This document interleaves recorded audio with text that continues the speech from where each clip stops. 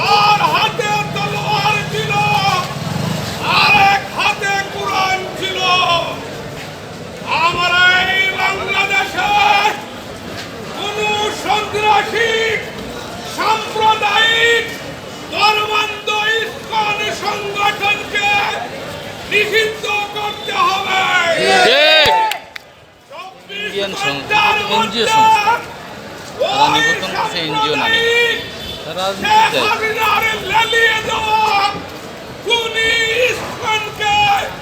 নিষিদ্ধ করতে হবে। সাইফুলের রক্ত বৃথা যেতে পারে না, আমার ভাইয়ের রক্ত বৃথা যেতে পারে না।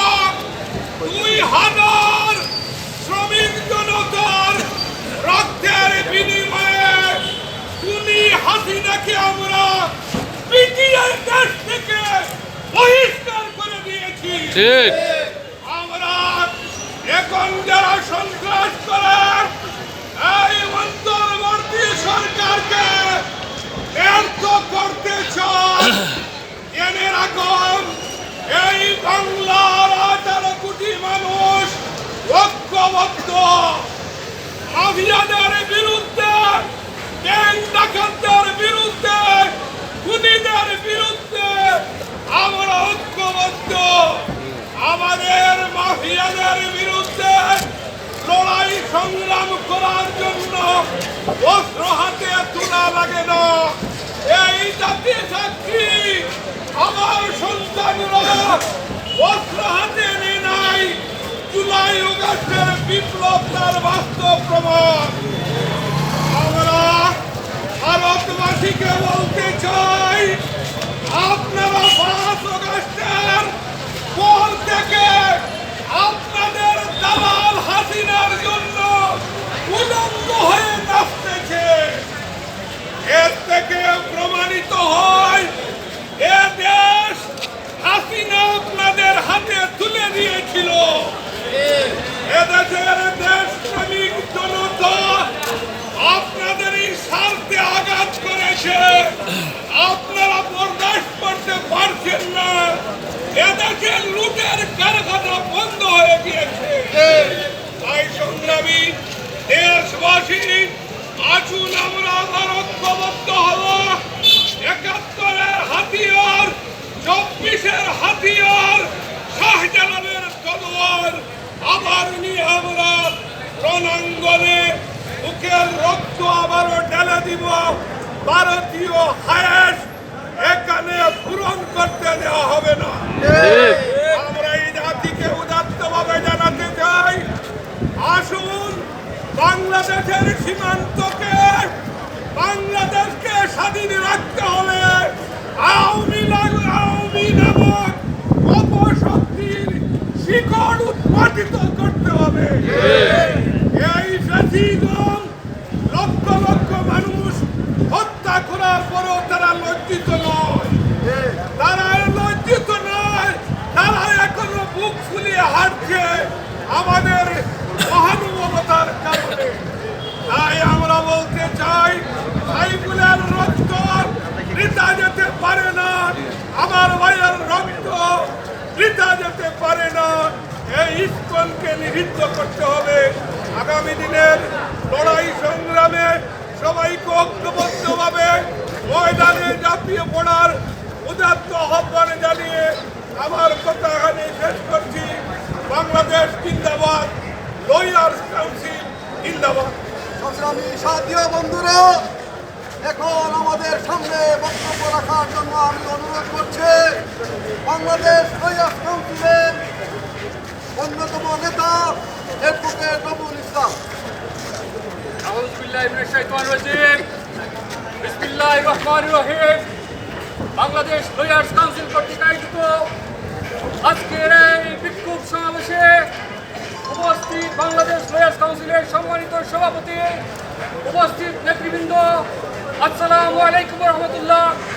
সম্মানিত উপস্থিতি, আপনারা জানেন গতকাল চট্টগ্রাম জেলা আইনজীবী সমিতির অত্যন্ত মেধাবী আইনজীবী, আমাদের অত্যন্ত প্রিয় ভাই অ্যাডভোকেট সাইফুল ইসলামকে হিন্দুত্ববাদী উগ্র সংগঠন ইসকনের সন্ত্রাসীরা নির্মমভাবে খুন করে যে বৈশাচিকতা দেখিয়েছে সেটা মানব সভ্যতা এবং ধর্মীয় সাম্প্রদায়িকতাকে হুমকির মুখে ঠেলে দিয়েছে।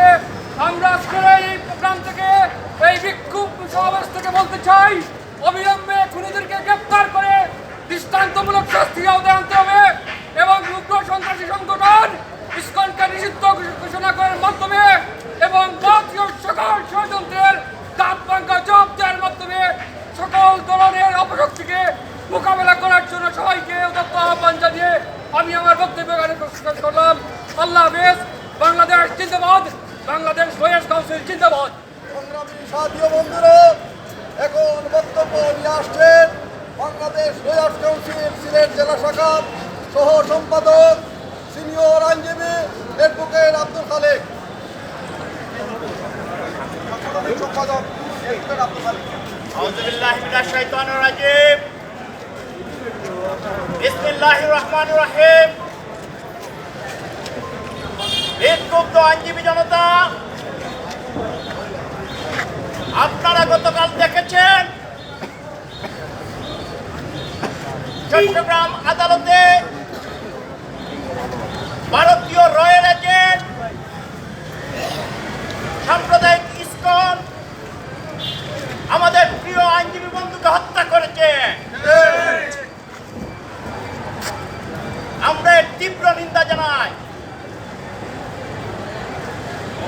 আমি স্বৈরাচারী শাসক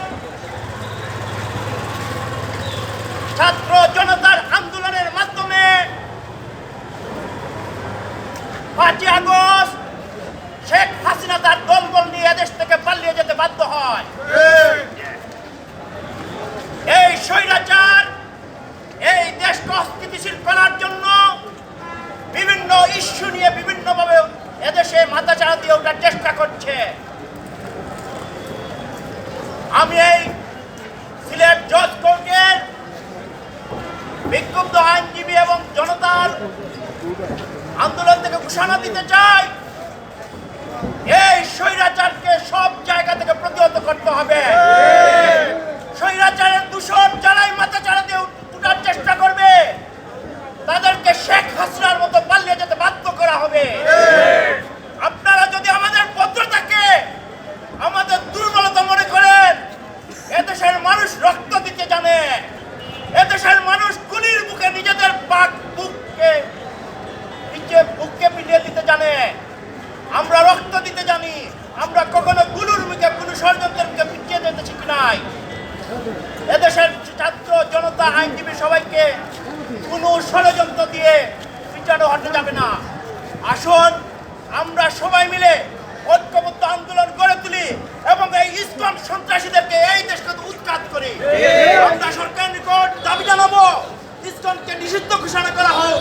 কোনো রয়্যাল এজেন্ট, কোনো আওয়ামী লীগের এজেন্টকে মাথা ছেড়ে দিয়ে উঠতে দেওয়া যাবে না।